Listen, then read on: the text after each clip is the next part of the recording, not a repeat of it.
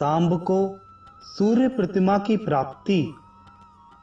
सुमंतु मुनि बोले, राजन, इस प्रकार सांब सूर्य नारायण से वर प्राप्त कर अतिशय प्रसन्न हुए और वर प्राप्ति को आश्चर्य मानते हुए अन्य तपस्वियों के साथ समीप में स्थित चंद्रभागा नदी में स्नान करने के लिए गए। वहां वे स्नान कर श्रद्धा के साथ अपने हृदय में मंडलाकार भगवान सूर्य की भावना कर मन में यह सोचने लगे कि सूर्य नारायण की कैसी प्रतिमा हो और उसे किस प्रकार कहां स्थापित करूं।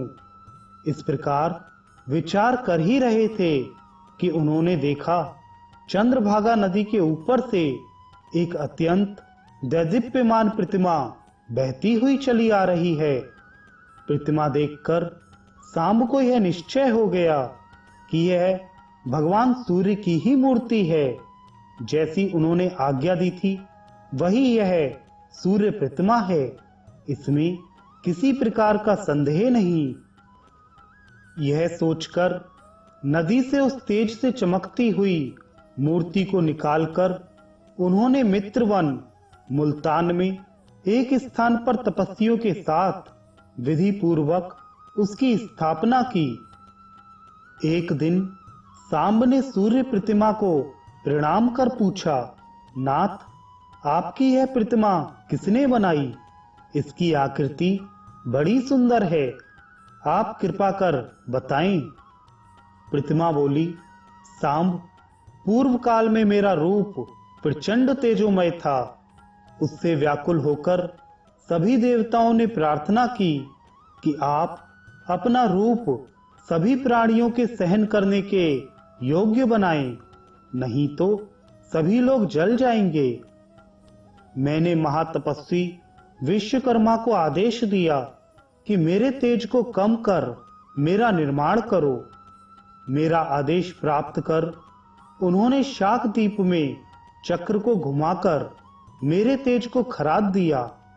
उसी विश्वकर्मा ने कल्प वृक्ष के काष्ठ से यह मेरी सुलक्षणा प्रतिमा बनाई है। तुम्हारा उद्धार करने के लिए मेरी आज्ञा के अनुसार विश्वकर्मा ने ही सिद्ध सेवित हिमालय पर इसे निर्मित कर चंद्रभागा नदी में प्रवाहित कर दिया है। सांब, यह स्थान बड़ा शुभ है, सुंदर है, यहाँ सदा मेरा सानिध्य रहेगा। प्रातः मनुष्यगण इस चंद्रभागा के तट पर मेरा सानिध्य प्राप्त करेंगे। मध्याह्न में कालप्रिया में और अनंतर यहाँ प्रतिदिन मेरा दर्शन प्राप्त करेंगे। पूर्वाह्न में ब्रह्मा, मध्याह्न में विष्णु और अपराह्न में शंकर सदा पूजा करेंगे। महाबाहो, इस प्रकार भगवान सूर्य के ऐसा कहने पर सांब अत्यंत प्रसन्न हुए और भगवान सूर्य भी अंतर्धान हो गए।